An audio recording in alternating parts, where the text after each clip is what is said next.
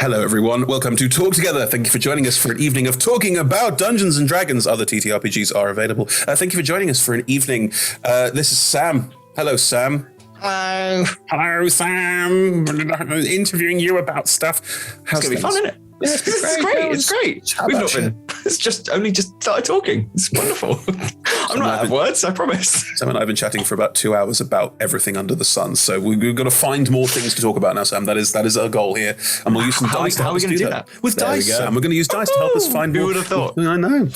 Before we kick off, this stream will run for about an hour, and we're delighted to be sponsored by Hero Forge, Ultra Pro, and Phoenix Dice, and supported by D&D Beyond, Warriors of Waterdeep, Elderwood Academy, and... hang on, I missed someone. I have Neverwinter, the new one. Neverwinter, Mamorpiga. Have you played it? I have played it a long while ago. Mm-hmm. I back on PlayStation 4, would you believe it? Yeah. A long time ago. I actually quite enjoyed it. Only reason I stopped playing was because I don't have time for Mamorpigas. But I'm going to have time now because that's free stuff. That's free stuff. Exactly. Yeah. I've still got a PS4. I haven't transferred. Maybe we should make a guild. I've got to be high enough level to do that. I think I ended about level 5. I'm trying to level up now, but again, same as you. Time for video games, right? Yeah. Especially ones that require time. Video games that are non-committal. You know, video games that you can have a brief fling with on a warm summer night. Wonderful. Video games that require commitment. Not so keen on that. I've already got enough of that in my life, and I'm very happy with it. But I don't want more. Thing is, I have a thing with Mamorpigas. I like Mamorpigas conceptually, but practically, I like games that end. Yes, or games where I feel special. And it's hard to feel special when everyone else is just as special as you. And Mummy always told me I was special, and she didn't tell the other children they were special. So therefore... Dear God, the face of white privilege right there. Who am I kidding? My mum doesn't love me. Yeah, the face of white privilege. Nothing changes. Sorry, friends. We're all together RPG on all the socials. Massive thank you to the D20 Club. You're wonderful. Thank you so much for letting us natter on the internet about fun stuff. It's really good fun. You can watch us on here on Twitch if you're watching us after the fact, on here on YouTube, or if you're listening to us after the fact, here on podcasts. Hello, podcast listeners. Hello. There you go. Good. Lovely. Samity Sam. Hello. Yes, that's me. Are we going to roll some dice? No, because first I want you to talk about Dungeon Brews. Oh, man. Goodness. Yeah, people have seen it. People like Dungeon Brews. Apparently so. Some of them do. Some of them say, this is good stuff. And some of them don't say anything. So if anything, my sample size, admittedly small, implies everyone likes Dungeon Brews. Look, it's a nice little show. It gets some nice hits on our YouTube. It's getting more hits than our regular shows on YouTube, which is used for archiving. So that's nice. And you talk about interesting things. I've learned stuff from watching your show. I've learned stuff from researching my show and making things. And thankfully, no one's come along and said, this is bad. You should make better things. They've just it's the internet. People have just deleted the comments. You haven't seen. No one other than you has told me this is bad. No, it's delightful. I suppose context. If people who haven't already watched Dungeon Brews, you should. It's on the Roll Together RPG YouTube. What I do is every single week, inspired in some fashion by things, I basically take my favorite things from video games, movies, TV shows, whatever they may be, creatures, rule ideas, or just tips on how to play certain things in D&D, and I shoehorn them into the only tabletop role-playing game that I have the patience to have ever learnt to play. To be honest, that's the reality of it. It could be Vampire the Masquerade. No, too much. You got really angry doing the Vampire one about people going, you should just play Vampire. Like, fuck off. I don't want to learn a new system. I like this one. I'm sticking with it. I'm going to now make vampires fit in it. Done. Exactly. Well, the beauty of D&D is that anything can fit in it. You want an antimatter rifle? You've got an antimatter rifle. You want a vampiric rabbit? Harangon, apologies. Then no, Hop's a rabbit. Because that was a specific example from a game. Harangon wasn't out yet. Hop's based on a satyr. I mean, Hop was based on a satyr. Hop is very dead. But it happened off screen, so we shall see. But yeah, it's no, Hop's a vampire. Sam, Hop's dead. Vampire? Are they dead? Depends. Is a reborn dead? Mrs. Gursky, or whatever it is, that acronym you learn, is a vampire is fairly alive. I'm pretty sure that they're still respiring, that they're moving. Hang on. No. If we're going to break this down, we'll break it down. Vampires don't need to breathe. It's part of their stat block. You don't need to breathe. But they're still respiring. Well, they can respire, but they don't have to respire. No, but otherwise they're not generating enough energy to move their limbs. Therefore, from a biological perspective, don't get me started. But they generate all the energy from their limbs, not from respiration or from their heart rate. Their hearts don't move. But they get it from blood. Yes, but that blood is being metabolized in some fashion. No, correct? It isn't. There's no metabolism system in their body. They're dead. Okay, well, yes. I'm going to start learning to play Vampire the Masquerade, where they have biologically accurate... Dungeon Brews does not have a resident rule lawyer, in that I run nothing past Chris, because I know I will have to do rewrites. Also, I don't have some kind of on-high didactic control as head of production. I just take in the material people send me and go, thank you very much, and put it online. I don't like the idea... Exactly. I don't like the idea of... we do a little bit of content curation, but not a huge amount. Like, it's mostly if someone comes and says, I have this idea, going, cool, let's help you enact it. I think our job as a company should be to take someone's cool idea and make it look and sound as amazing as it possibly can and be seen by the most number of people. I don't like the idea of going, no, your ideas are shit, because that implies that I know what's good and what's bad, and I genuinely don't. Some of them were, especially the earlier ones. I think we're finding stride now, loosely. I like that you've done some that are on topics that I would never have considered either watching or making a video on. Like there's the one on social encounters. You break down social interactions in RPGs in a way that I have never considered bothering with, because I'm fine at it. But I know DMs that aren't. And therefore the ability to go, how do I run a party without it being incredibly dull? And you going, actually, it's quite easy. Here's some tables and here's some ways of thinking about it in, like, you use sort of logic frame metric, don't you? Yes. Yeah. Well, I when I'm playing, I don't. But then I thought, like, this is...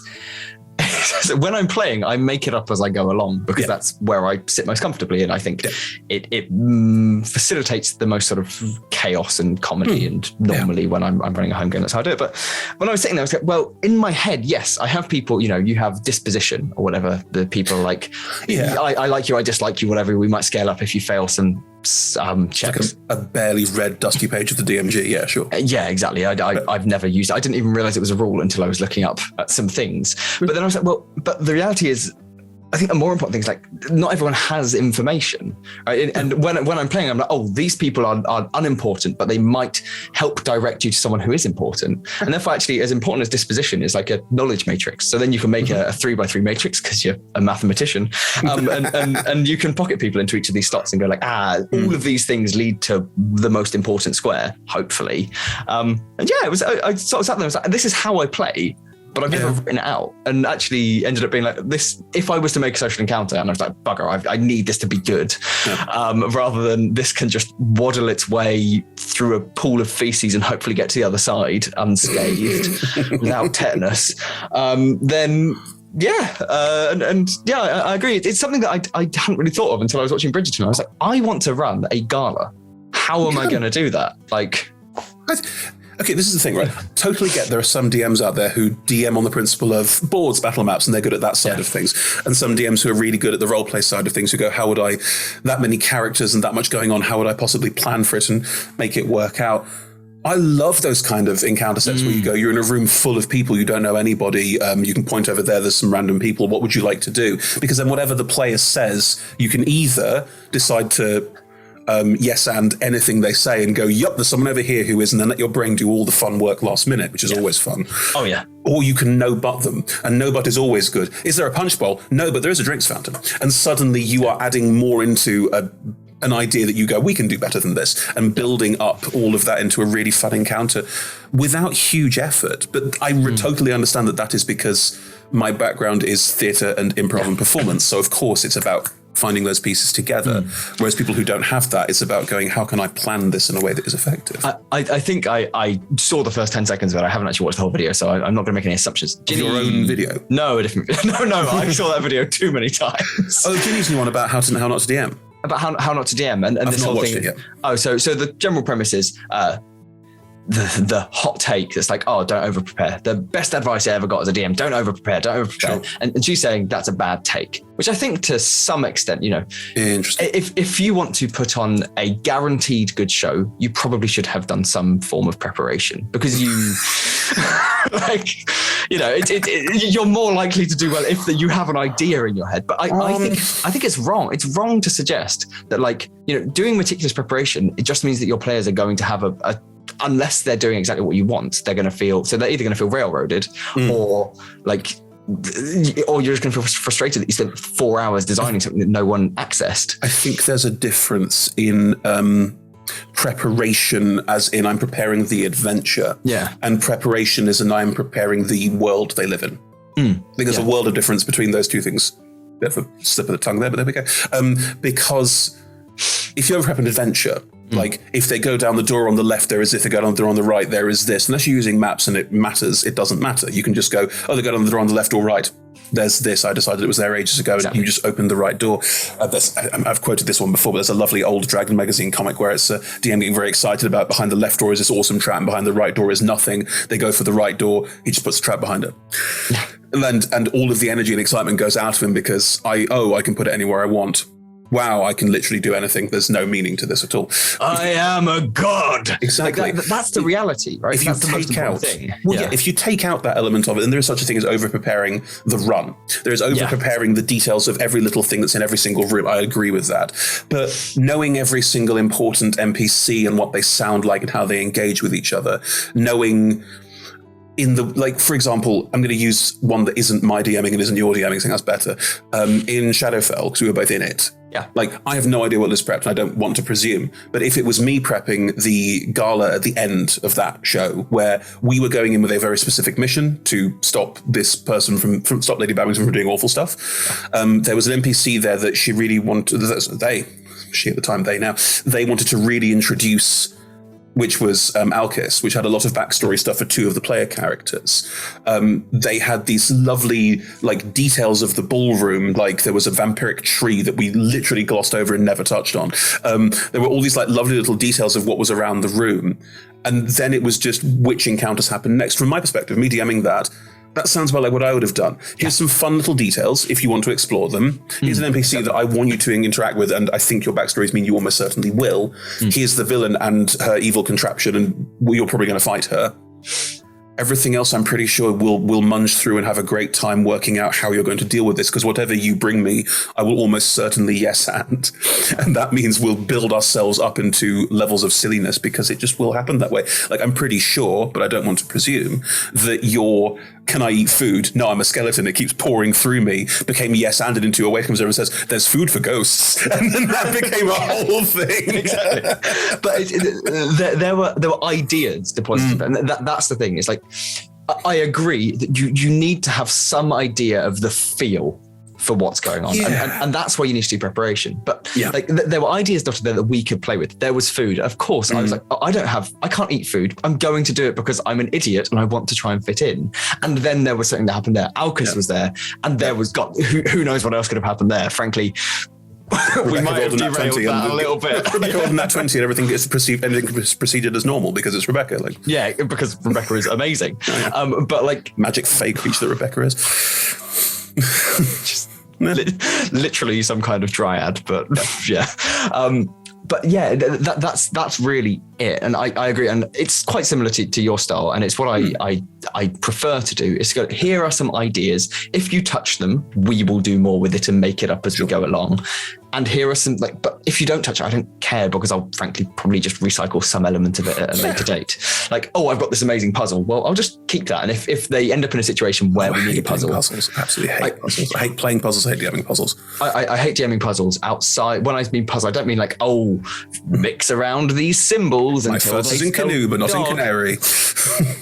I mean almost more like a point and click adventure. Mix together these elements, whatever they find that thing, and that thing, and together they make this thing. Or not necessarily find them, but mix together ideas So like, they have something on their person. We're not looking for a specific key, but there are multiple solutions. Just hit this thing with it and one of them will probably work if it's interesting enough. Are you the right age for Monkey Island and stuff like that? I'm too young, but I'm aware enough of them because my brothers were older. That's so yes, LucasArts adventure games. Yeah. And I think that's King's Quest and that sort of thing.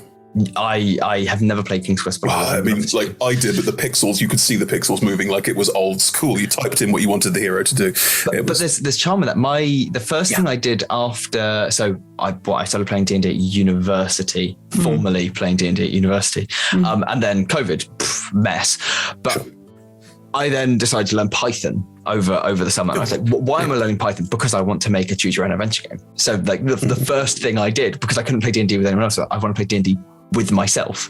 And so like a lot of those sort of tropes that pop up within point and click adventure games, Myst, Monkey Island, King's Quest, whatever else. Like that's a... Did you must be. You're too young for Myst, surely.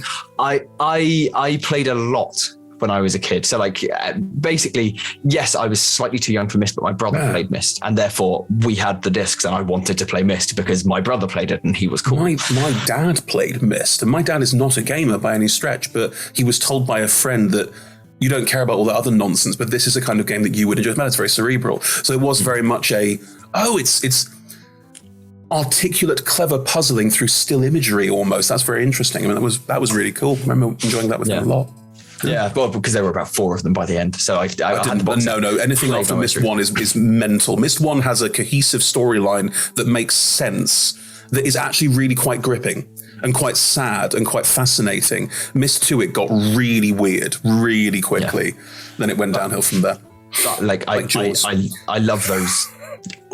Yeah, I didn't even realize there was more than one Jaws.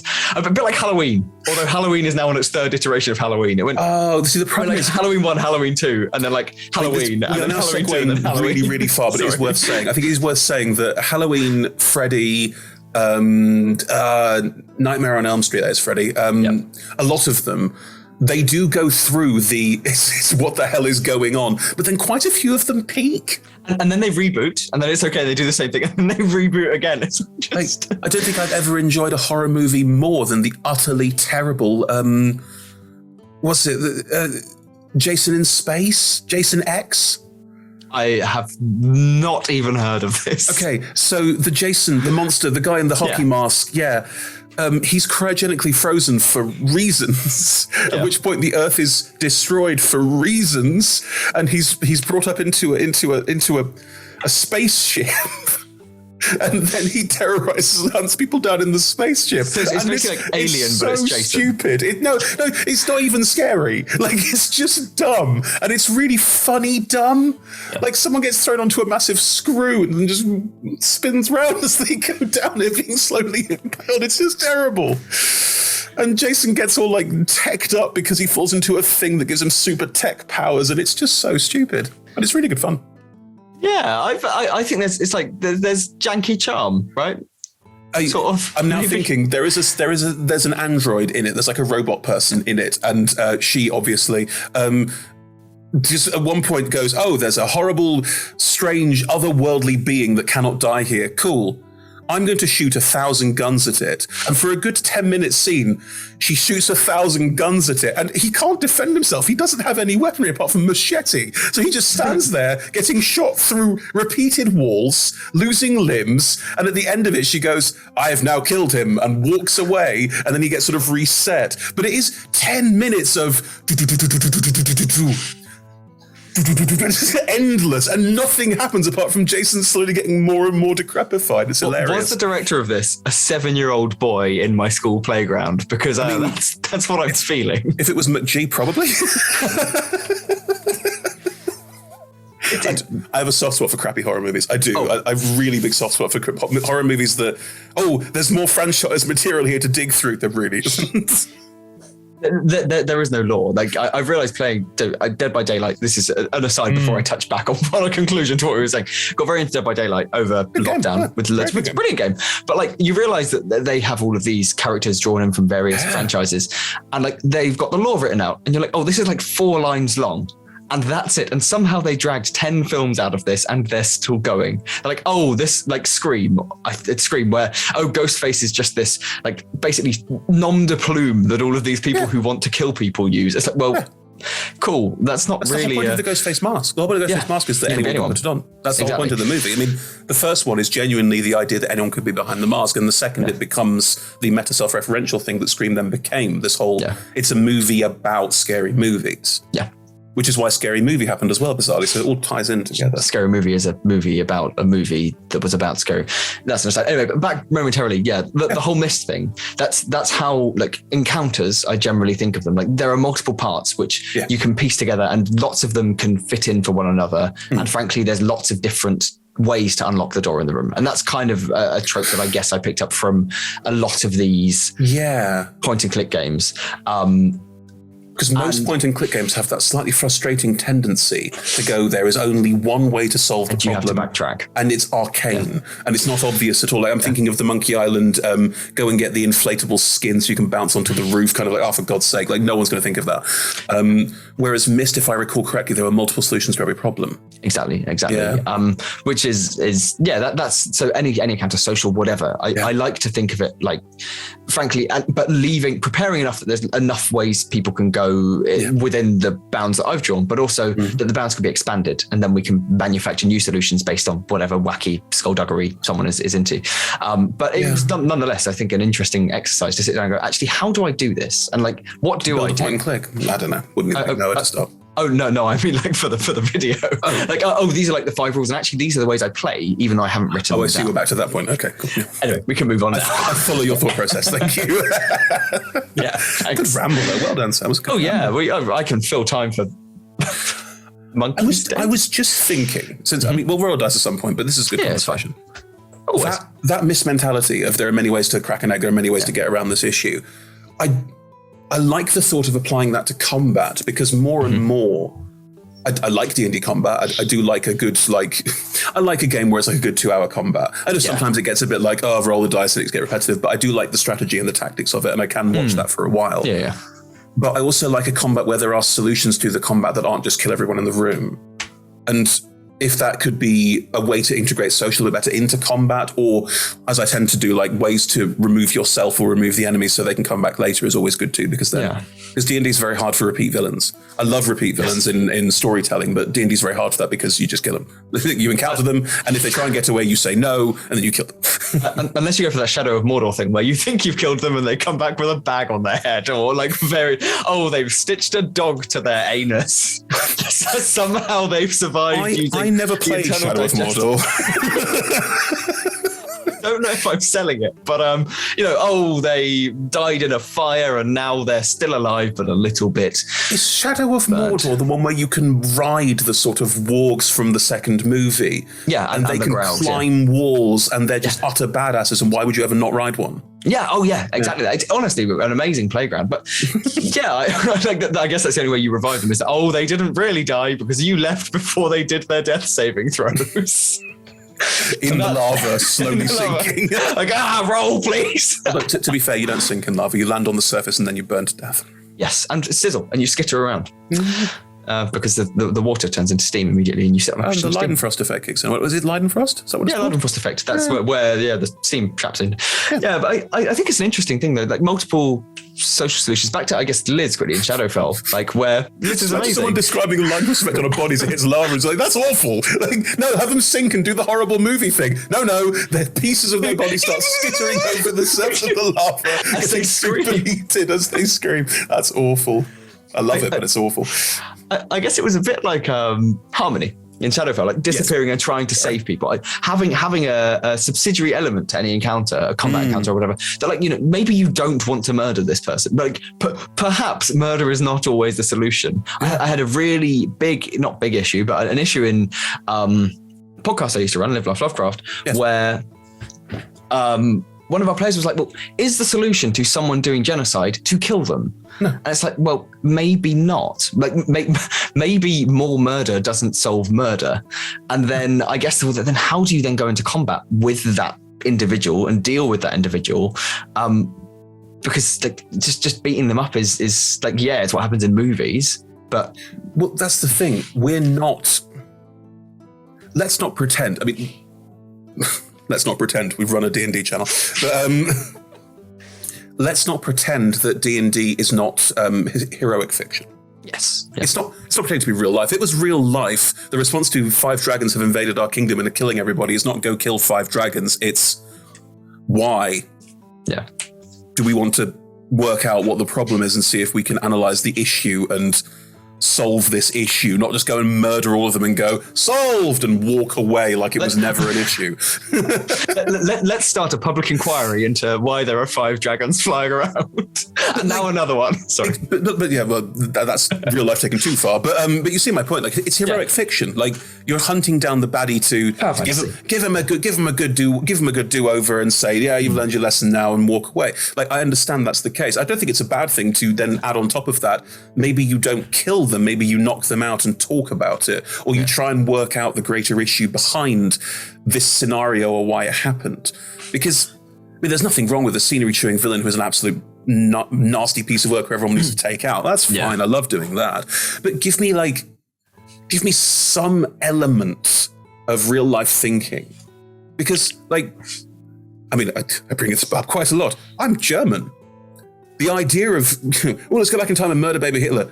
Wow, you really wouldn't have changed anything. Because it really, if it wasn't him, there were a bunch of other parties at the same time that would have done the same thing. Like, it's the economic system of the country. It's why they were in a position there was no real alternative. It's a bit like what's happening now, but let's not get into that. No. In the same vein, Nuremberg trials, that was a good thing. We caught all the Nazis and we killed them. Yeah, fantastic. Really good way of dealing with the problem is just murdering all of them and getting a whole generation to feel guilt. That's a great way of dealing with the issue, and I'm sure that's why Germany's the way it is today. Like, I honestly think if my D&D characters existed in the real world, they'd be in jail, and that's okay, because most of them are not real people and don't exist in a real life scenario where this kind of shit matters. We're playing heroic fantasy. It's all about going to defeat the villain and daring do. Yeah, and I suppose it's a product of the way D&D functions, in that you like, none of the classes are, bards.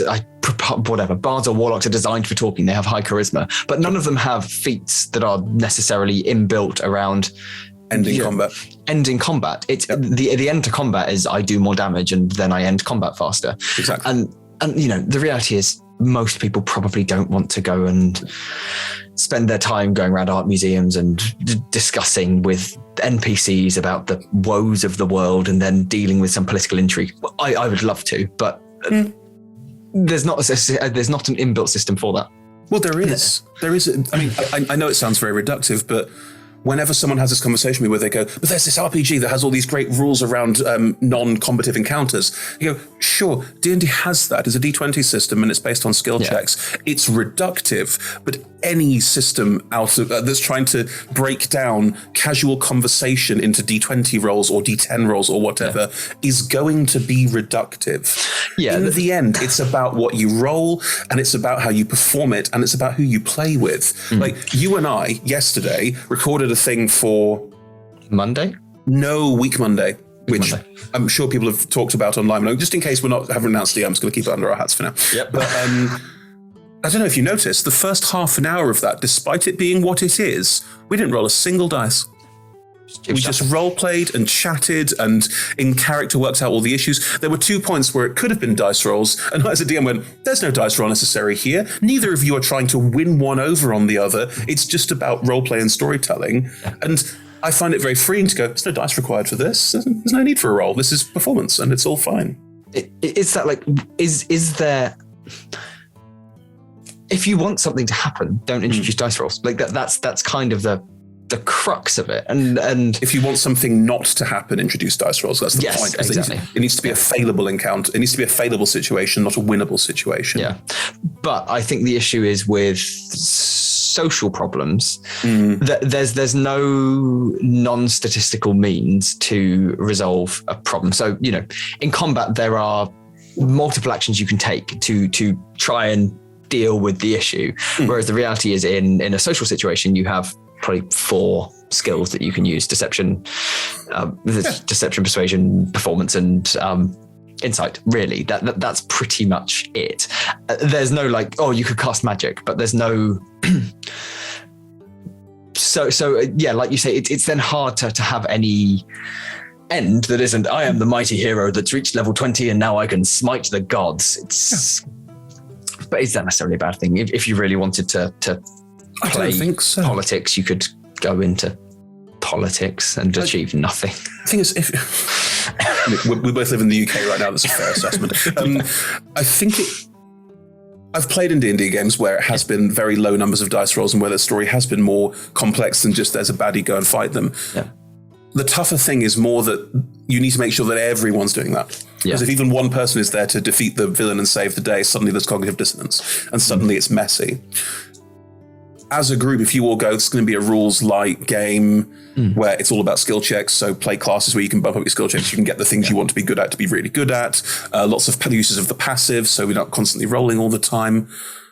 Yeah, I can see games like that functioning really, really well. And I have played in a couple that have been enjoyable but short. I'm not sure how much longevity they have. Whereas the whole D&D system, the whole build of the system is based around the idea of we have these long, lovely roleplay sections. We get to explore and describe and do all these lovely bits. And then we have a long, lovely combat section that we all enjoy and have a good time. And it's a heroic power fantasy. And then we get back into the long, lovely roleplay because it has to have that interchange. And we power creep. And therefore all of those situations change because we become more capable. And thus the monsters become more capable in different directions. Exactly. Whereas, if you're just doing talking, and roleplay or like roleplay and social encounters, then it lacks that dynamism. And also because you're leveling up, but the reality is you're just getting like the probability of you passing the same check increases. That's it. There's that works really well in a social game because if you're not fighting a lot, like the one we did, which was sort of noir, and the DM then went and made their own rules for and ruined it. It was things like one of our characters was a fighter, but that meant they were good at athletics checks. So lots of like, that person's getting away. Can I run up and do a grapple check? Yes, of course you can. Yeah. Like that was really useful. So they became very good at grappling. There were lots of characters with high charisma scores and high wisdom scores and all the obvious like ability, but very few high intelligence scores, which whenever it was try and work out what's going on, I'm not sure my character has, roll the dice and see, nope, still in the dark. And the DM started going, I'm going to feed more information into it, which is just increasing your roll. That's the whole point. And making sure that everyone gets it, which also wasn't a bad thing because it meant that, noir plots tend to be quite convoluted. It wasn't because there was so much information given that we understood it better. It worked really well. It was fun. I mean, there was no space for dex-based characters, which is kind of what D&D becomes after a while, is it is the most powerful stat in the game if you're playing combat. Therefore, dex-based characters are quite good. So I can see that being something where there's a gear shift and a mentality shift, certainly. Yeah. It's almost like you need two different character sheets. You need like a character sheet for being social and a character sheet for doing fighting. I've never understood this desire in people to add more complexity to this game. No. But I'm saying what you want is like, or you almost need a way to revamp the way combat is functioning such that other stats become more viable outside of just doing magic. So, for example, I would argue that I could probably fuck you up in a dozen different ways just by knowing how your body works. Not me personally, but with medical knowledge, you can put someone in a very uncomfortable position very quickly. And therefore maybe you could use int as a means to perform hand-to-hand combat in some fashion rather than necessarily. There are 3 classes that let you do that with subclass choice. Okay, yeah. But you see my point. There are ways of doing this. If you want to do that, we can make a build that does that. Yeah. And then when we get into combat, you've got something you can do. But frankly, you're making that character do more of the roleplay stuff. And that's fine. And that's fine. And it's good to have space for that. I also really enjoy how making combat characters, like we've filmed 1 episode of the new series we're about to start. You and I have made characters that are nightmarish in many ways, but we are both also playing totally to their flaws. And that's really nice. I like that without giving too much away about what we're doing. I mean, again, I'm pretty sure it's been announced, but what's your charisma score? Well, my charisma score in the one we recorded last night was... No, not the one last night, the new show that we're starting the week after. I think it's 4, but I can double check. Yeah. Now, But I really like our characters interplay with the others, because how are you playing charisma score of 4? Like, how are you defining? I think it's really interesting because I've got definitions in my head of what charisma score of 6 means to me. What does 4 mean to you in terms of what your character does? Well, as a byproduct, I'm just going to double check exactly what the score is. So, sorry, charisma score of 5, but that tying into, so also a very, very low wisdom score. The reality 9 is, for me. 7, especially low. These characters. You're going to enjoy the show. Week Monday is the one shot. Week Monday after that is the new show. There'll be stuff on the socials. Check it out. It's going to be great fun. Yeah, absolutely. It already is brilliant. Yeah. Another example of not introducing dice rolls early. True. Was there. We didn't do a lot of dice there was a rolls on that. fair amount that happened before the first dice roll, where a bad DM would have gone, "Oh, roll for this," rather than just acknowledging, "Oh, Sam is chewing the scenery, and it's probably good to just let him." But yes, that's a low wisdom charisma thing. How are you playing it? So, rather than being like consciously repulsive, it's slimy. So I'm thinking like people I know who I don't like to spend time with. Without giving too much away, the kind of people I find genuinely like repugnant are people who think they're charming and use that to try and sell things to you. For example, selling a lifestyle, which will become apparent quite quickly. but they lack the wisdom to realize that the way they're doing it, the fact they're being sleazy and seedy, isn't effective. Yeah. So, for example, someone selling you some kind of nutrient and some kind of, I don't know, tiered sales force, because it's just that lack of any kind of social awareness, rather than just being, "Oh, I'm hideous, ha ha ha, look at me, I swear and I'm vile." It's no, I'm trying really, really hard and it's just a bit uncomfortable. Yeah. But lacking the reality to go, "Oh, someone said no, I don't care. I want them to sign this piece of paper and give me their money." Yeah. That's all there is. That's the driver, making a lot of cash. So that for me, that's where that would sit. And I think that feels like a more realistic way to play it than just someone who is socially inept. Or they are socially inept, but someone who's like, I don't know, just incapable of stringing sentences together. But see, there's the thing. I've done a similar thing to you, and then I've got a character with very low charisma and quite low wisdom. And for me, the role play of that has become doesn't make decisions, doesn't have the wherewithal to decide what anyone does, often has indecision in themselves about what they do because they're not confident. Low charisma, they have no confidence in what they do. And also their lack of confidence also in a huge part because they feel like they don't have an identity at all unless they latch onto this one aspect of their identity that they've decided is the most important. But if you peel that away, is there nothing there? Because they certainly feel like there's nothing there if you take that away from them. Yeah. So I think this is a really important part of talking about this, though, because when we're talking about making characters and role-playing, the choices that you make, your character's an artificer, my character's a barbarian. Like, of course, in combat terms, we have loads we can do. Oh, yes. Character sheets full of super exciting, fun stuff. But for all the role-play in between, we are finding ways to play low stats as an interesting, exciting development of character and story and performance. Yeah.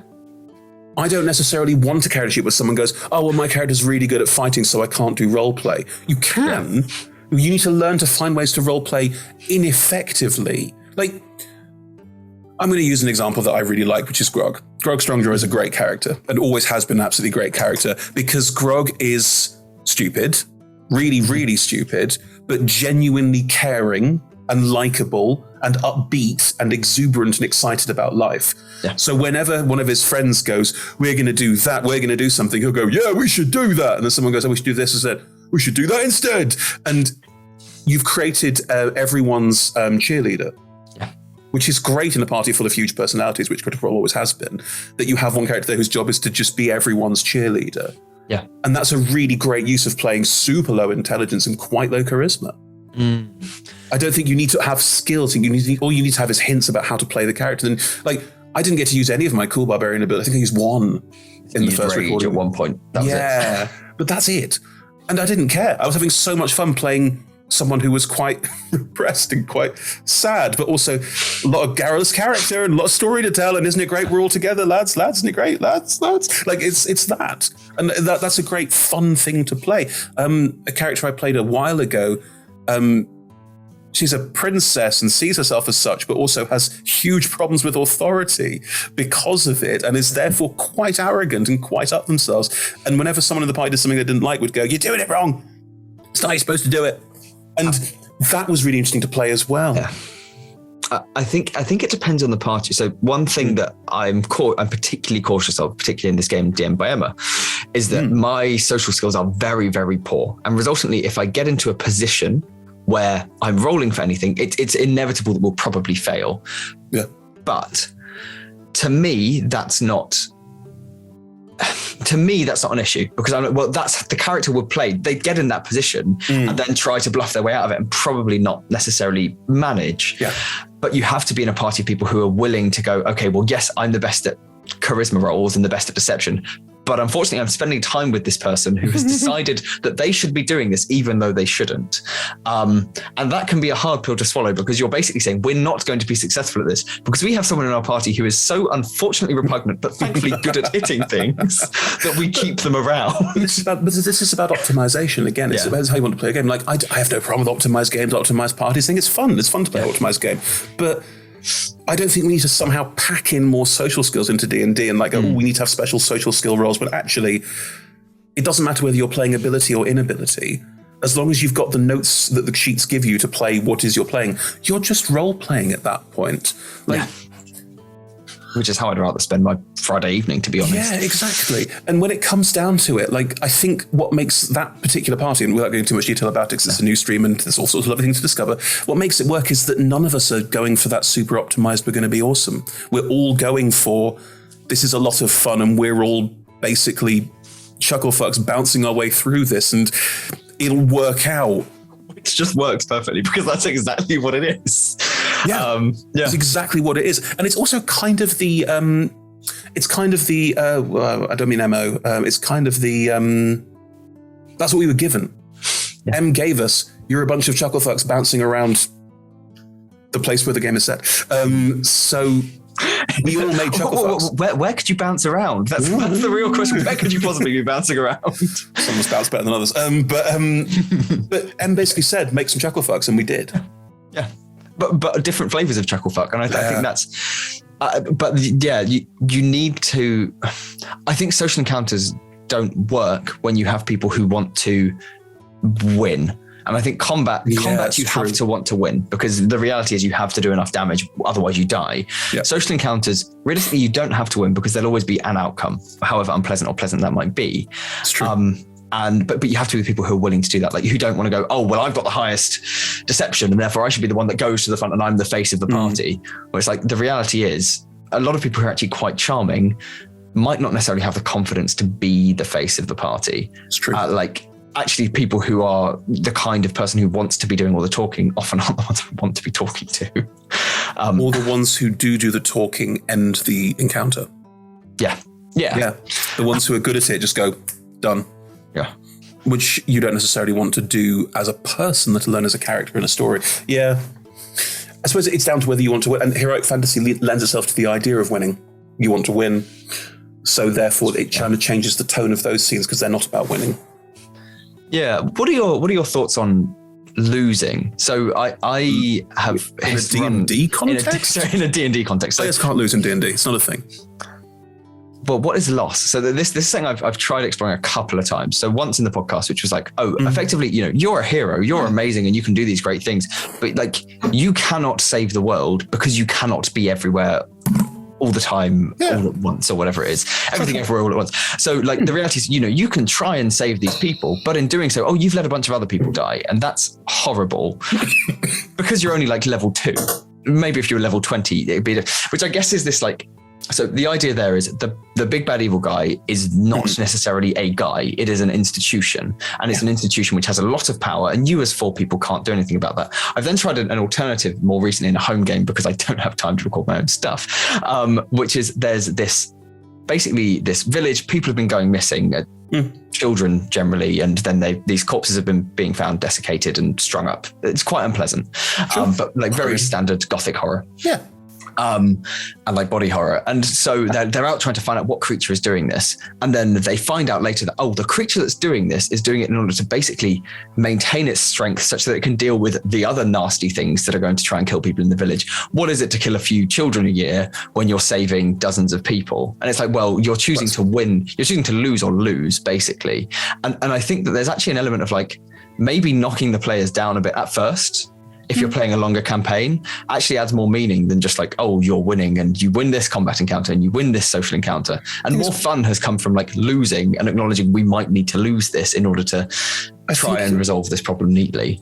I think you're using the word lose very interestingly there, because I don't think what you're describing is a win-lose situation, and that's fine. Like in Gothic horror, the idea of the ethical conundrum is killing these children better than everyone dying is a classic ethical conundrum of a Gothic horror story, because it's the lesser of two evils, and that's what you're playing up against. Or can you go out and defeat the thing that the thing is trying to defeat and thus stop the whole thing from being an issue?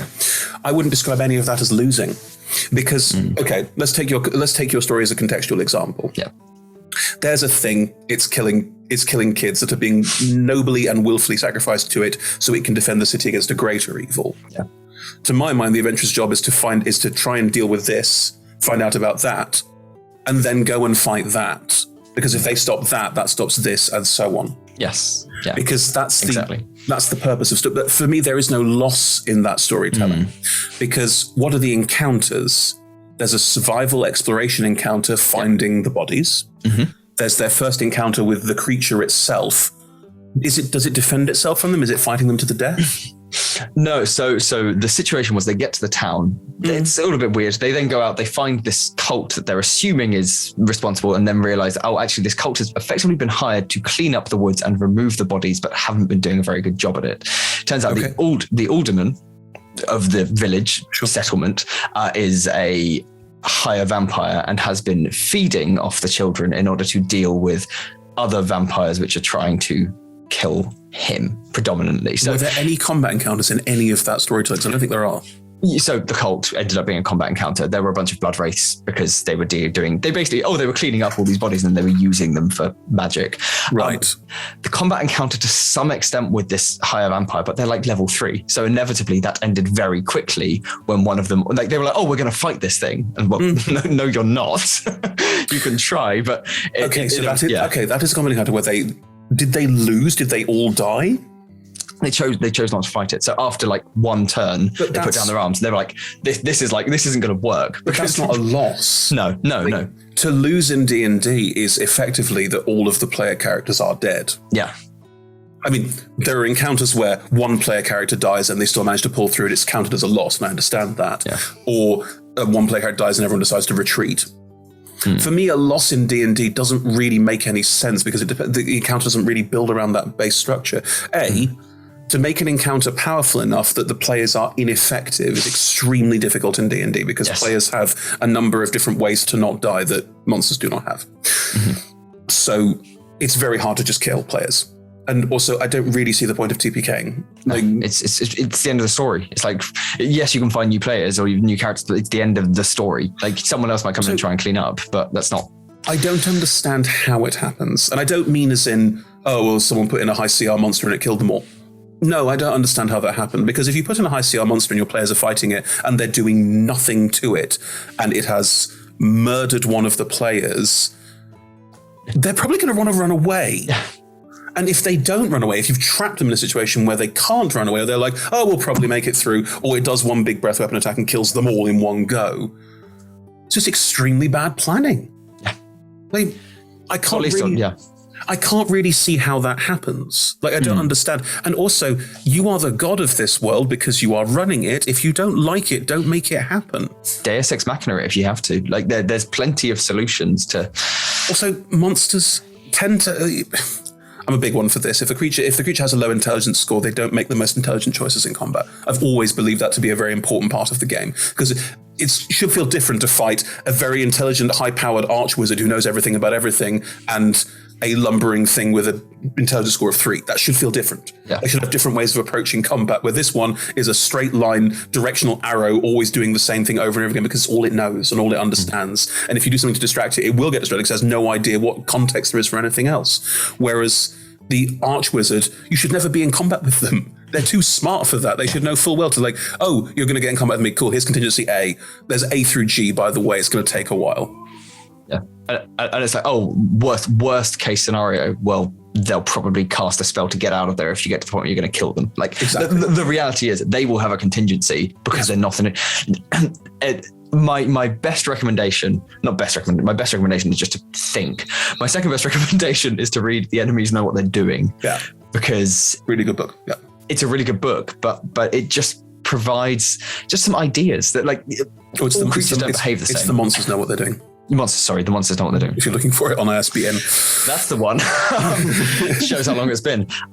But there's, like you say, these creatures should play differently, but also like your players should. That you're not just hitting against a brick wall because that's not what heroes do. You know, Luke Skywalker doesn't see Obi-Wan Kenobi get killed and then run over to Darth Vader and go, oh no, you killed my friend. It's just the logical thing to do there was run away. Okay. Do I think that player loss is important? Yes. Honestly, I don't think players really ever lose an encounter. No. Because it doesn't really make sense players lose an encounter because either they stop an encounter before they lose, and also if I was writing a video game, if they lose the encounter, you reload the save and do it again. Or, unless it's like scripted loss, in which case it's like, oh, you've been beaten down, now go and get stronger and come back. Or there's some kind of really important story reason why it happened. Yeah.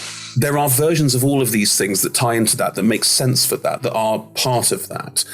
But I don't think there's a need to go, do I think that players need to experience loss? No, I don't think so. I don't think that loss really happens. I think every encounter is there to either give them a cool thing to do so they can all do cool things, or to continue the story. Yeah. And if the story gets continued by them being an encounter that they're guaranteed to lose, I probably should have put them in it. Because if there's a creature out there that's so powerful that it could take out the heroes, well, it just would, and that would be the end of the story. There's got to be reasons why the super powerful big bad thing over here doesn't bother dealing with them at low levels. Yeah, because they're probably useful in some way. Either they're useful, or they're not worth the time, or they've got a lot of very complicated things to do to enact their plans to get what they want, or they have what they want and are complacent. Also fine. But you've got to have good reasons why your player characters don't encounter the bee egg in the first 5 minutes, who then eats them, because then otherwise the game's over. Yeah. Unless your players are stupid enough to decide that that's exactly what they want to do. They want to go and fight the town guard. But also, that wouldn't happen. Yeah. Like, I've played in games. Even with players who are arseholes, I've played a game with players who are all playing characters who are idiots and arseholes who've gone, oh, we just piss off the entire town guard. They didn't just go, cool, murder those idiots. They didn't do that. They went, well, let's arrest them. Yeah. Because that's what you would do. You would arrest them. They got away from the guards who were arresting them by, being relatively high enough level against low level guards, because that's what would happen. At which point the guard went, cool, we can't really do much about this now. What would we do? We don't know any high level characters that can deal with this for us. Oh wait, bounty hunters are a thing. So more and more powerful bounty hunters got sent after them. Yeah. And what we had ended up with was an entire campaign of this big city doesn't like you.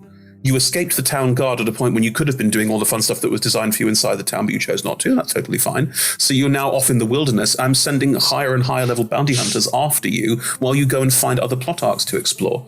And the only way to stop this from happening is to go back and deal with this initial situation. And that was a really fun campaign while it lasted, because that's all we were doing. Because was it loss? No, it was their choices led to the world being the way it was, and then consequence led on from there.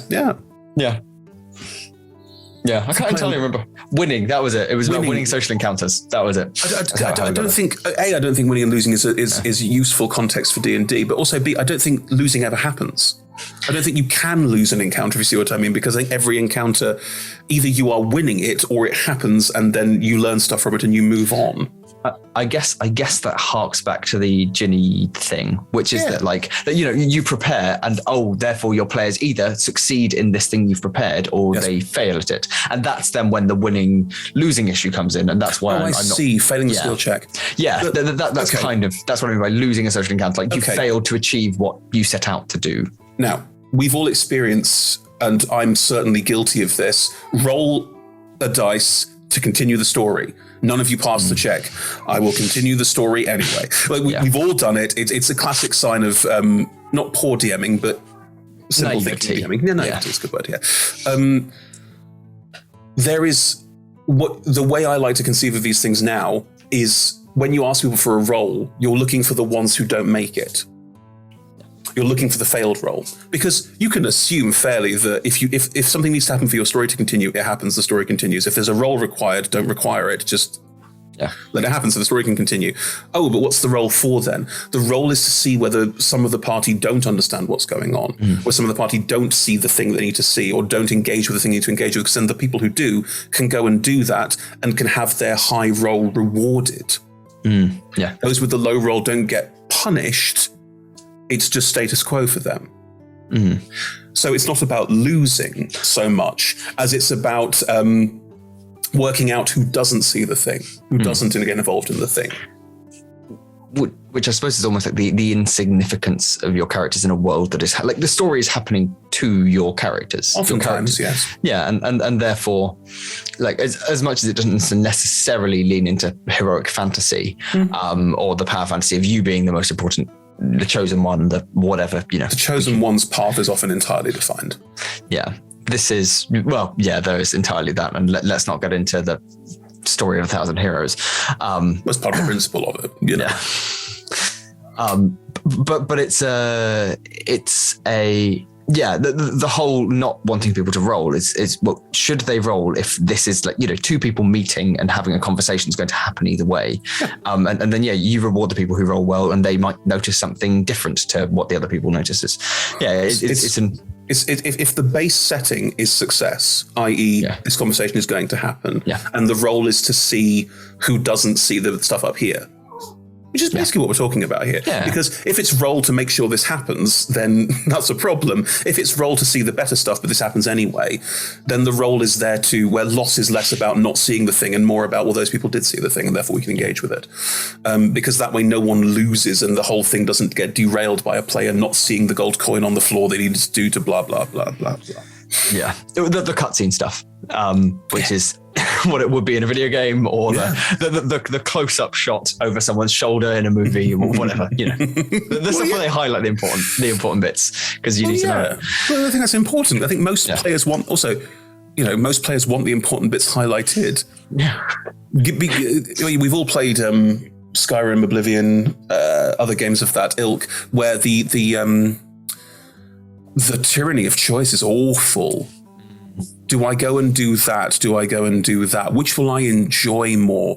Where will I be least likely to get hurt? Oh God, this world is too big. I don't know where to start. Maybe I should just catch trout. That's the outcome for me in Red Dead Redemption. I'm just going to fish. Everything else is overwhelming. Sam, I want to give you a really good piece of stat knowledge that I know that I absolutely love about Skyrim. Skyrim's the classic game because so many people played it. Because so many people played it, we have a wealth of information about what they did and how they did it. Nearly every player leaves the first bit with the first dragon, goes to the first town and gets the basic items, goes to the first dungeon and defeats it, and then goes to the first city. Yeah. When you walk out of the burnt remains of that place, one NPC says to you, I'm going to my hometown, it's just down the road, I'll see you there. And that's it. That is all they give you. And yet it is enough that most people go, that's where I should go. And also, I don't know where to go. That seems easiest. Yeah. And I'm not saying that D&D players and TTRPG players are the same as video game players. Not at all. It's different mindsets for a lot of things. But there is a basic overriding factor. They want to know where to go. Yeah. They want to know where the plot is. They're kind of hoping that you will tell them where the plot is so they can go and do the plot. If they really don't want the plot, if they really want to run off and start a cult over there and have nothing to do with anything that you're designing as a DM, that's fine. If you want to keep DMing, you can, and you can have a lot of fun doing it. Or, as I have done in the past, you can go, I didn't direct that well. I haven't set this in a nice way towards what we actually want to do. I'm not sure I can be bothered.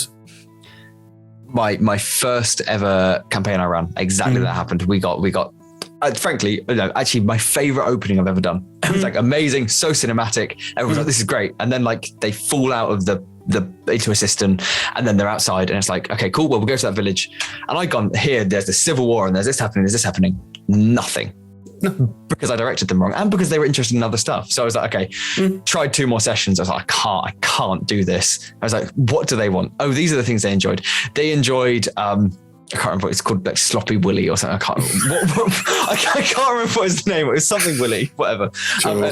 And his mimic Great Axe, which everyone thought was just a family heirloom, and then turned out it was a mimic. They enjoyed that. They enjoyed the series. I was like, okay, cool. Well, that's what we're doing. Let's just refresh. Everything else in the world, frankly, doesn't matter. It's still just going to keep happening in the background.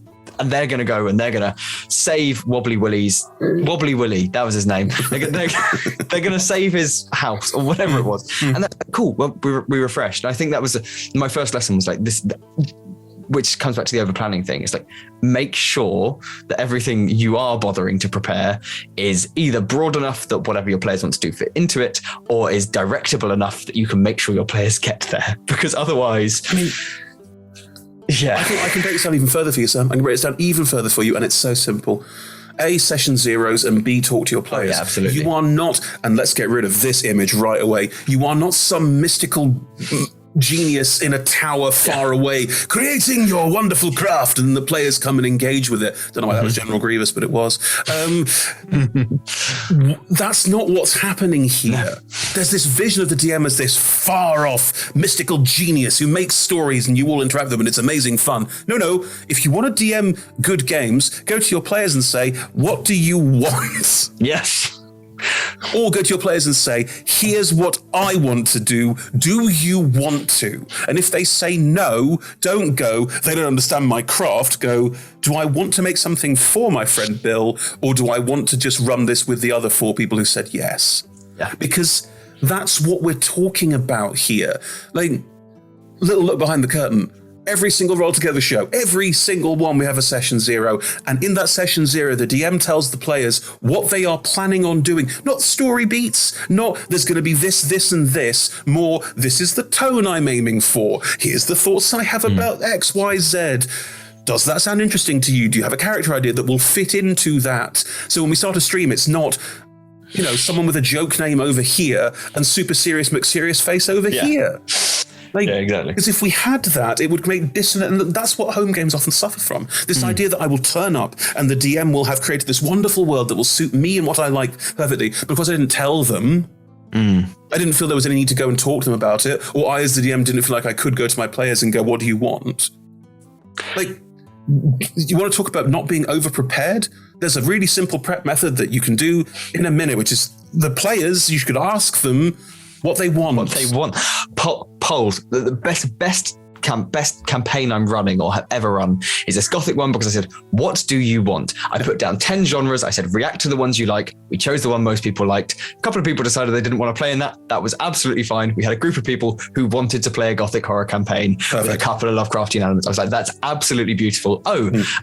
So where would you like, what kind of time period? We literally broke down one after the other in different polls. I mean, you've become too scientific and too clinical for me. No, absolutely. But it was a group that historically I'd had issues with. Are they all scientists and clinical thinkers?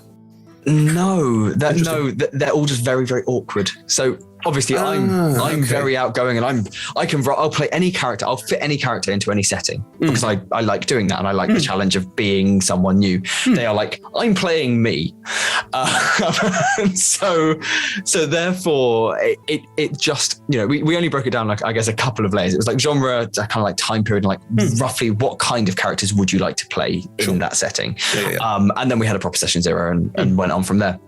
But because I'd played with them before, and what happened was, none of your characters, it doesn't make sense for them to be together, and you're refusing to change your characters to make it make sense for the party to be together. Yeah. Therefore, we need to add some kind of stringency, a box that you can sit in, and then your characters can be a frog that likes eating people's shoes or jazz, whatever.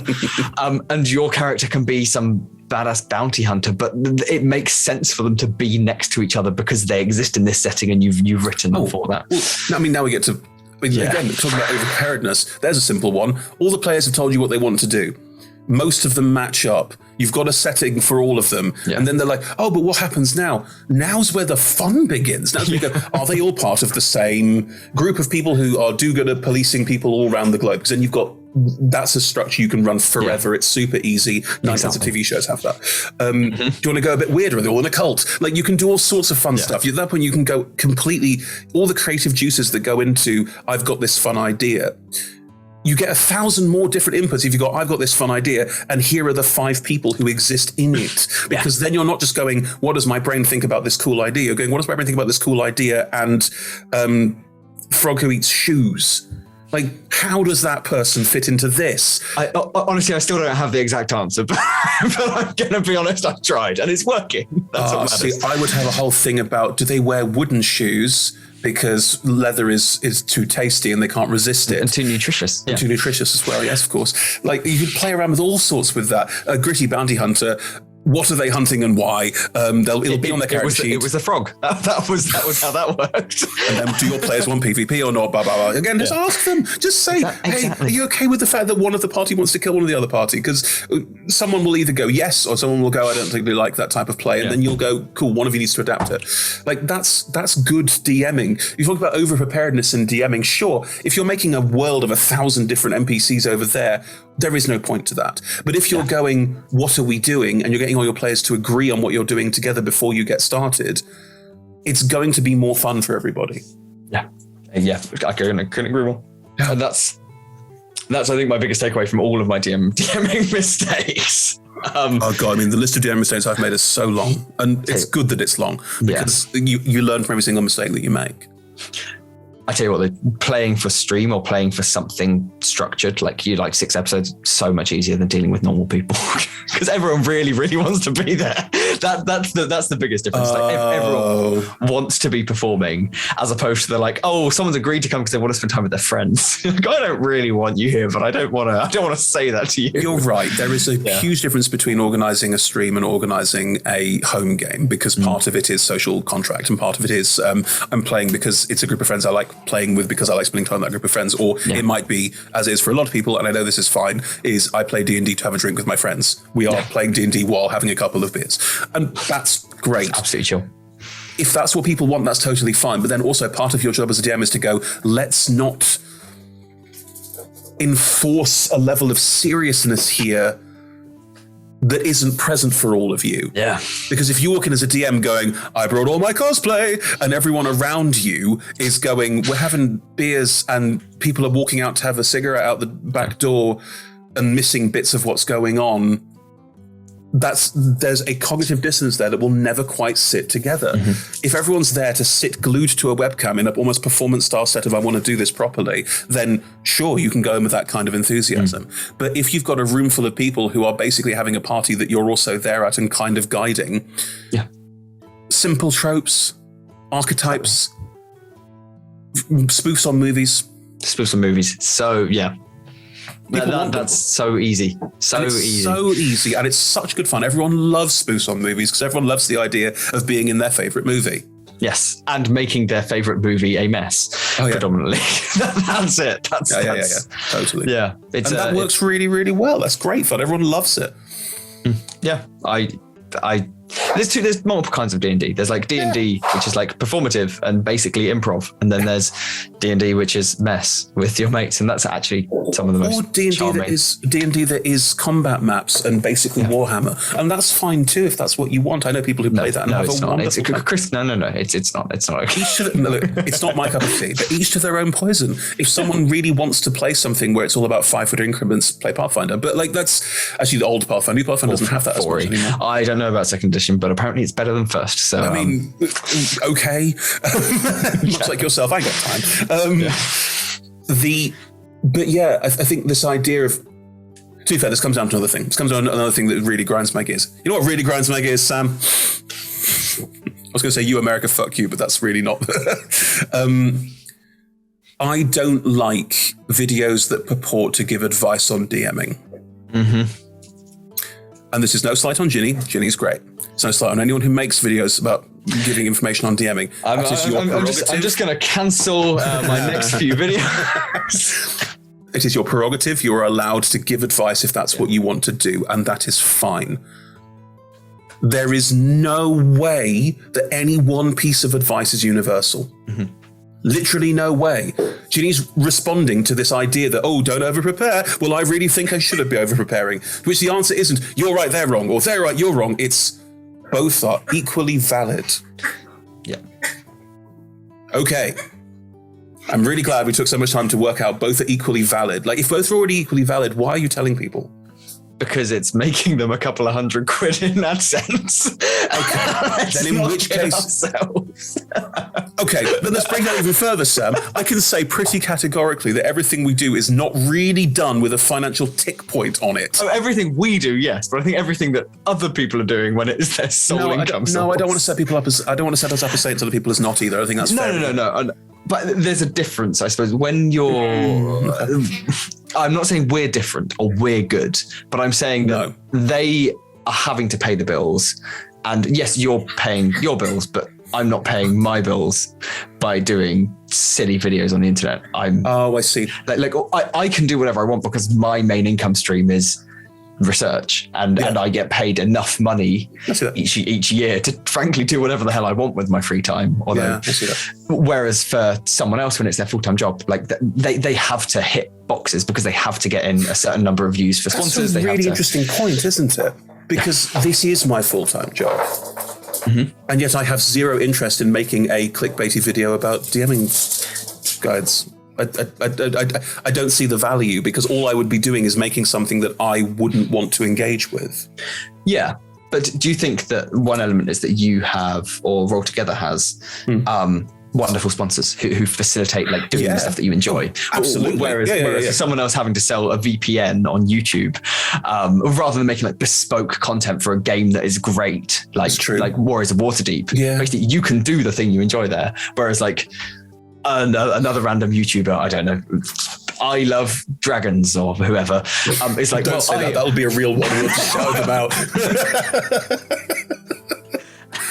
and like they have to sell this like shitty VPN sponsorship use code DragonDick for 10% off at discount. Like, again, I think you are vilifying there in a way that I don't think is necessary. I have no problem with someone like if a VPN. It's not their fault. The VPN is whatever. If a VPN came to us and said we'd like to sponsor you to make more shows, I would have no problem saying, you mean more people get to play good role-playing games together? This seems like a great use of your money. Thank you. Yeah, but on YouTube, they're having to make content that gets a certain number of views on YouTube, and therefore because we're on Twitch and it's different. Because we're on Twitch, it's different. Like people are coming to watch a show, whereas on YouTube, like they're less likely to watch a 3-hour show. They're more likely to watch a video on one DM tip for every star sign. But this is why we're coming back to Dungeon Brews, which is what you're doing, where you are making videos that are meant to be shorter, 4 or 5 minutes. Is that also long? You've said to me that 4 or 5 minutes is really long as well. 4 or 5 minutes is short. It depends. Okay. So 4 or 5 minutes a year ago was short. Like we've ended up in this place where people want to watch 20, 30 minute long videos. I don't want to edit 20, 30 minute long videos. Is what that comes down to. Look, our editors edit 3 to 4 hour videos when it comes to every single stream that we do. Even Talk Togethers. There's so much editing. There's not. Talk Togethers are very rarely edited for that much. Although it is already open now, so Rebecca will be keeping that. I think Tom's currently got the badge and I don't want it. No, I think we want the badge for longest Talk Together, 3 hours. I've already got that. Tom and I did one for an hour and 45, a while ago. I may have modded that. I remember modding. I don't want a badge for longest either. I don't care about badges. It's not a badge. I don't want a badge. Okay. Internet sites. I don't want a badge for doing a thing. I just want to do the thing and have fun doing it. Don't tell me, you got a badge. Well done. Congratulations for giving me a badge. I don't want the badge. Although I did appreciate the Stanley Parable giving you an achievement for not playing the game for 10 years. The Stanley Parable is full of lovely things, but also that's ironic, Sam. That's the joy of that is the irony. Yes. What was Dungeon Brews. I guess the thing is like a minute is now short because shorts exist, and unfortunately, YouTube is now just shorts. Like it's recycled content that's a minute long. And to be fair, there's a market for it, and frankly, we could probably pump out 2 in the time it takes me to do one 4 or 5 minute dungeon brews Probably. because they're so low effort. But like, I think there's I think it depends what the goal is of Dungeon Brews, and maybe this is a conversation we should have in private rather No, than we're having it live on the internet. No, it's not live, but we could edit it out later, but I'll tell the editors not to. It's like, is your goal to put up stuff on YouTube that is watchable and enjoyable, or is it to get 10 to 100,000 views and, by fluke, get 10 to 100,000 views and build up a YouTube following? And I think there's merit to both. I think it depends what you want your platform to be. It depends if you want so my personal channels, I would rather put out content that I love making, that gets a couple of thousand views, I've enjoyed doing and is non-committal. Whereas the reality is, frankly, I have a YouTube channel that could have been something had I been putting out content every single week, but I didn't want to make the content that was working. Like that was the crux of it. You know, I put out a video, got 50,000 views, put out another one, got 20,000 views. I was like, oh, I could keep doing this, but I don't want to. And we're hitting the nail on the head, aren't we? It's what do you want it to be? Exactly. And bizarrely enough, and I think because of the way that sponsorship programs work, we've been very lucky in that sponsors sponsor us to make what we make. They don't dictate it, and they don't go, you must have 60 bajillion followers for us to keep sponsoring you. That's not the point at all. So it's definitely where the quote unquote revenue is. Why, you can get bigger sponsors by having more numbers, but also we have really great sponsors who like us for who we are. Yeah. And our content tends to be based around who we are and what we get. Like, we've got a new marketing partner in Neverwinter, and they're great. They're really lovely. And I've known the person who's there for quite some time. We get on really well. And that's just a lovely way of going, will more people get a chance to see what we're doing? Yes. Do we get to give away some stuff for you because that way more people will play your game? Yes. That seems a pretty fair trade to me. It works really well. This may be a question that has to be edited out. Is there perhaps on the horizon one day a sort of Neverwinter campaign coming, or is God knows, mate. I've no idea. Maybe. Maybe cool. The joy of Warriors of Waterdeep, I mean, since we're talking about it, was that came out of, hey, we like your game. Hey, we like your shows. Cool. We could give away some stuff for your game. You could put some people in your game towards our shows. So, good shared marketing. That sounds good. Let's do that. In one of the many meetings that we'd have to organize all of that, I said to Stephen, who works at Warriors, we pitched an idea and went, why don't we make a game with these characters? They're great characters. Yeah. We could just run a stream with these characters, cast them from our people and do a good show, which then developed into 3 seasons of Warriors of Waterdeep, which is fantastic. And hopefully many more. But that's the idea. We didn't go into that going, here's how we're going to make profit. We went in going, this is fun. And that developed beautifully. I think, if anything, what I would say is that we are exceptionally lucky because we've been in a position to make the content that we want and get paid for it by promoting alongside it, and have built up an audience that allow us to continue to get paid for it by making the content that we want. That's a rarity. And you've worked in TV, I've worked in TV. That is a rarity. Normally, you are very beholden to what do people want, make that, and if people don't like it, you can't make any more of it. Why are there a million talent content, or why were there a million talent shows on TV for a while? Why are there so many reality TV shows of people getting in relationships with strangers? That's for fame. Yeah. They sell, and therefore everyone has one for a while, and then we move on to the next thing. And I'm sure the next thing will be frogs eating shoes. Hopefully the next thing will be me. No, who knows? But that's the thing. Do you want the next thing to be you? And maybe this is a weird thing to say, and especially a weird thing to say on Twitch. I don't want the next thing to be me. If it was the company, there's a sort of like professional context for the company getting bigger is good. But me personally, absolutely not. No, I don't want that kind of exposure. I'm interested in it. Yeah. Or if, all I want from life, and I don't know whether this applies to you, is I would like the things I make to pay for themselves. Anything on top of that is good and beneficial. And I like having a bit of free time outside of the things that I like doing as well. So for example, editing, I love making stuff, I love filming stuff, but I don't want that to be all my free time, because then it stops being something I love. like Dungeon Brews is an absolute blast to make because I just look at a game or something that I'm playing or something that looks faintly interesting, come up with some stupid ideas, make some silly noises, at least when I'm not feeling too tired, make some silly noises, edit together a video really quickly, send it to you, go, yeah, this needs more, and then it goes. And that's great and that's pleasurable. But if that was something that like I was beholden to because that was my job, I wouldn't. No, I'm far happier just going, okay, well, you pay me to come here and talk about science for 2 hours and that's done. And then or then doing my actual job rather than going, oh, I need to pump out 100 videos a month for, I don't know, let's think of a news organization that's, I don't know, doesn't sound real nice media or something. I'm sure they exist. Sure they do. Shout out. Shout out to nice. You get what I'm saying. Like I'm happy. Like we're very privileged to be able to make the content we like making. Absolutely. And I'm glad that, and I wouldn't ever. Something it's fair to say we're just very privileged. We're also very privileged to make the content that we like to make. That's very true. I wouldn't ever want to be in the position where that content has to pay the bills because I don't know what works. Like sometimes I do SEO and I'm like, cool, this says it will do well, and then it doesn't. And then sometimes it goes like, cool, it didn't do well, but now it's doing well, and now it isn't. It's just luck of the draw, and I don't want to be ever beholden to. It's fascinating because this does pay the bills for me. Yeah, and it's great that it does, but it pays the bills because of the amount of work that goes in, and that's grand.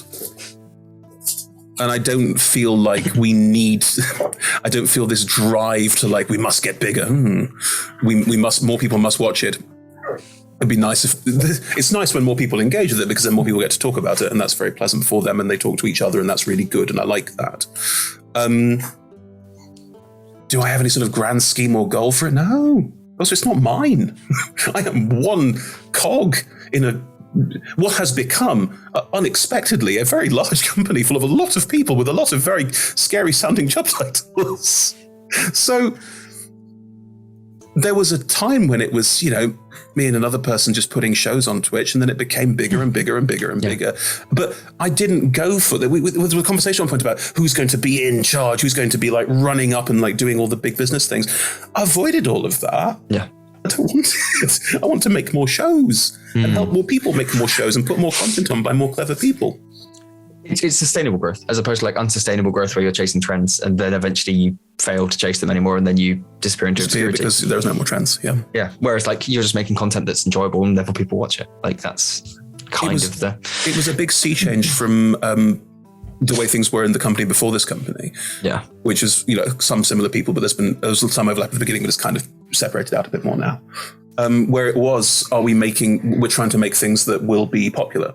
Yeah. And now it feels more like, and also we're making things based on the ideas of like 2 or 3 people. Whereas now, my favorite thing about this, bar none, is that we'll go, cool, what shows are happening next season? And we'll start approaching DMs and going, have you got any ideas? And they'll go, yep, this. And you go, cool, would never have thought of that, right? And start writing it down. And then start going, okay, how do we make all of this cohesive without changing anyone's ideas? How do we make it all part of the same universe without breaking anyone's ideas? How do we now talk to all the players who are there about which characters are worth bringing back or which ones do they want to keep, which ones they want to put by the wayside? How does all of this fit together in a way that feels cohesive without feeling like too many cooks? That's really fascinating. I love that. I think that's really, really cool. I like that it's worked in the way that it has to make this world that feels created by a whole host of DMs and players and things with all of these weird, absurd, abstruse details to them. I really like that. It feels like a world that's been created by a lot of very cool people doing very interesting things. And that is more exciting to me than watching one person's grand vision. Really organic. And it's almost like, I guess to some extent, the bad example, Star Wars community, like these people are literally like, they see something and they're like, okay, well, we need to make sense of this. And therefore like they make all of this lore and this lore expands and then everything connects together and there's all of these extended universe books and whatever else. And it's like written by this collective hive mind who just all love this same thing. And I think it's a very good analogy. I mean, Star Wars is fascinating in that it had different levels of canonicity based on books and referred details and the rest of it, because it had such a complex canon that it needed what was called a lore keeper to keep all of it in check and try and work it out.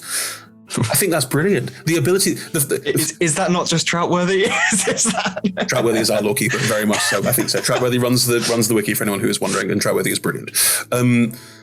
The thing is, right, I love the idea that so many people engage with a world, a fantasy, a story, that you need someone to try and make sense of it.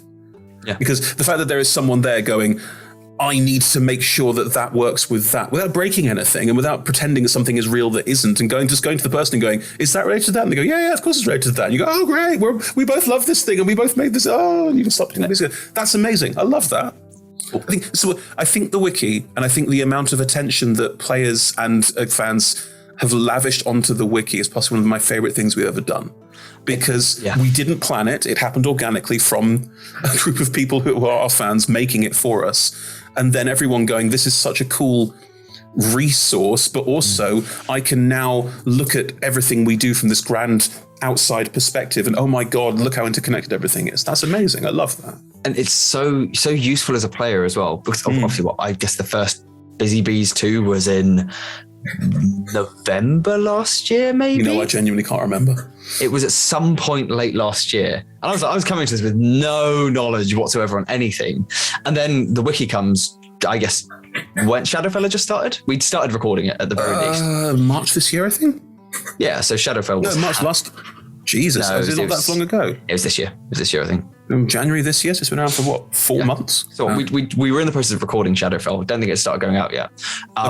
Or maybe it started going out because I think I made a wiki page, or someone made a wiki page for Reggie, and therefore I filled it in. It's just great as a resource for like finding all of these quirky in-jokes and getting them. You're like, cool, now this is something we can do. We can connect things. I was like, my obsession right now, and this is something that hopefully at some point will become apparent without spoiling anything about any characters in, well, even you don't know this. I am obsessed. Every character I'm making is tied to Granny in some way or another. Because I want to provide little niche pieces of information for someone to go on the wiki and add to the Granny page. I want the Granny page to be built up from little chats I've had with Liz, and Liz has gone, yeah, let's just do this. Let's just put this in one of your characters, and let's just I just hope that someone picks up and ends up on the wiki. That's my life goal now, is to just. I'm going to have to ask you off camera what that is for the character in the stream we've just started, because I can't see it. So that's. But it's little things. It's just like tying like this interdimensional being who is Granny, who for some reason was there at the start of Clint's life and became an important part of Reggie's life, who now is bearing Ratty wherever they've gone. And I don't know, mate, you haven't decided where they've gone yet. But I think John and I like the idea of just settling down, but I don't know if that suits Ratty. I'm not sure if that's the problem. John's NPC, Heimlich is now an NPC. I know Heimlich was definitely being retired, but it was whether Heimlich was like a house husband or whether Heimlich like has actually retired with Reggie. But I feel like Ratty needs to be reunited with Granny, and that's. This is the end of like the final arc, because you bring all these Granny characters back together for her funeral or something. I don't know. I don't think Granny could die. I think she's a literally Vecna. Didn't Granny die in the Christmas one shot? I'd need to die. I don't know. It's not on the wiki. I was in it and I can't remember. All I know about that is I did a Christmas one shot for my podcast, and settled on. Sean was in. It was very, very last minute. Oh my God, I felt sorry for Sean. And ended up settling on Mr. Nutmas as a character as well, as the same joke as listed. So there's another Mr. Nutmas. There's a Mr. Nutmas in a parallel universe who receives gifts of items of used clothing from people in a small Christmas village. Can I just check something with you? Just the Mr. Nutmas joke. I know what I think it is. Yeah. Yeah. So obviously you're rearranging letters, but also it just sounds funny. Obviously you're just rearranging letters, says Sam. That's the bombshell we're ending this interview on, Sam. Mr. Nutmas is funny because you're just rearranging letters. That's the joke. That's the joke, Sam. I went on a 12-month-long comedy course. It's funny because they rearrange that. Something to do with balls. I don't know. Anyway. I've been Sam. That's been Chris. Thank you for coming to talk together. See you next time. Oh, thank you for sticking with us, fans. If you're still here, we did overrun by about half an hour, but I think it was worth it. Sam explaining why the phrase "Mr. Nutmas" is amusing. If you would like to come to more dissections of why comedy is funny, you can head over to Dungeon Brews every weekend. At some point, we'll do a Dungeon Brew now, which is called "Why Comedy Is Funny," where you just explain every joke, and it will not be funny. It will be terrible. It will be excruciating. 3 hours long. It's like a list of jokes, like all the classics. Why did the chicken cross the road? Dissect it. Word placement. Timing. But no, that's too clever. That's too all right. The reason why the chicken crossed the road is funny is because it is a factual statement that you then answer when you're expecting absurdism. The reason why did the chicken cross the road is funny is because chickens actually fly. Chickens don't fly. There's a whole movie. That subverted your expectations, didn't it? There you go. That was comedy. It just infuriated me. That's all that did. It's you boldly, barefacedly stated a factoid like it was a fact when there is a whole movie starring Mel Gibson for some insane reason about chickens not being able to fly. Just to clarify, is this Chicken Run or is it like Braveheart? Okay. Actually, that's a good point. For those who don't know, the male American chicken in Chicken Run is voiced by Mel Gibson. What the hell is up? Why would you pay that much money for voice talent? It's just odd. It's just an odd thing to do. I don't understand it. Anyway, thank you for joining us for Talk Together, everyone. Pleasure as always. Pleasure as always. If you enjoyed this random ranting stream, we didn't roll a single dice, Sam. We didn't roll a single... I think we can assume that was going to happen, didn't we? Yeah. We've been talking for 4 hours? Yeah, that's about right, yeah. And that's our privilege in a nutshell. It's the middle of the day. We've been talking for 4 hours. No, it's a weekend, Chris. It's a weekend. I'm not meant to be at work. Oh, right. Okay. Sorry. It's fine. Code is running. I'm curing cancer as we speak. It's fine. Excellent. Thank you. Anyway, if you enjoy this, you can watch every week at 6 p.m. GMT, where it should run for an hour, and there should be dice rolls to ask questions about D&D, not just two people randomly whittering for an hour and a half. I hear there's an opening on Radio 5 Live if we'd like to scout it out. Radio 5 Live? Who listens to Radio 5 Live? Probably more people than listen to this. Maybe. No, I don't know. I don't listen to Radio 5 Live. I have no context for it at all. I don't either. So as far as I'm aware, sample size of 2, no one listens to Radio 5 Live. You hear that, 5? Is it associated with Channel 5? We need to start rambling. I need to be careful. I want them... Sorry, carry on. We also have shows on Mondays and Tuesdays, which are streamed D&D games. Sam and I have referenced a couple of them. What's this week? We still have Into the Wasteland, The Eternal Army, and... what's the second one? Viscous Cycle. Both have their Vicious Cycle. Viscous Cycle, very different. No, it's called a Viscous Cycle. It's a play on words. Have I been misreading this? This whole time. Is it because it's about honey? No. Okay. Anyway, we have the grand finales of Into the Wastelands and A Viscous Cycle on Monday and Tuesday next week at 6 p.m. British Summer Time. I just thought you had dyslexia, sorry. No, it's called A Viscous Cycle. I don't have dyslexia. Sean is so much cleverer than I gave him credit for. Yeah, he very much is. Very smart man. But yes, that's on Mondays and Tuesdays. And then from the week after, there'll be a one-shot on Monday, the 9th of... Is that right? 9th of May. And on the 10th of May, there'll be the start of The Last Resort of Merc and Draw Bug, which is a new show that Liz is running. And then the Monday after is another new show starting, Anarchy in the Astral Sea, which Sam and I are in and we're talking about briefly today. But more on that on the socials and our Patreon if you want to find out more. But yes, thank you so much for joining on Twitch, on YouTube if you have sat through the whole thing, on podcasts if you've listened through the whole thing. And thank you so much, D20 Club. You are wonderful, marvellous, spectacular, fantastic people. All of our sponsors and supporters. And we normally end with the phrase, stay classy at the table, but I think this time, I don't think we can say it. No. Good. Let's just, that's it. Bye. Good.